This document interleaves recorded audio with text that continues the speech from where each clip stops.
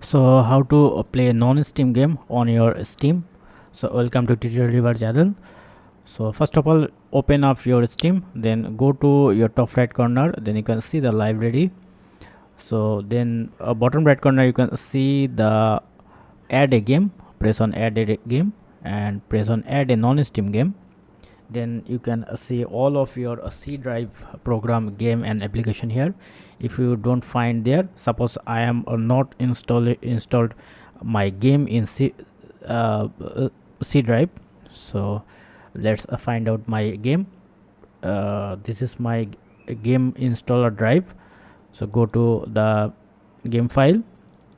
You have to select the launcher actually. So this is my Asphalt game launcher. Press on open, then it's added here.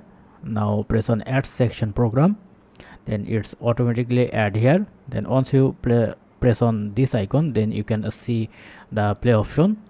So you just need to press on play. So let's see, it's loading now. You see,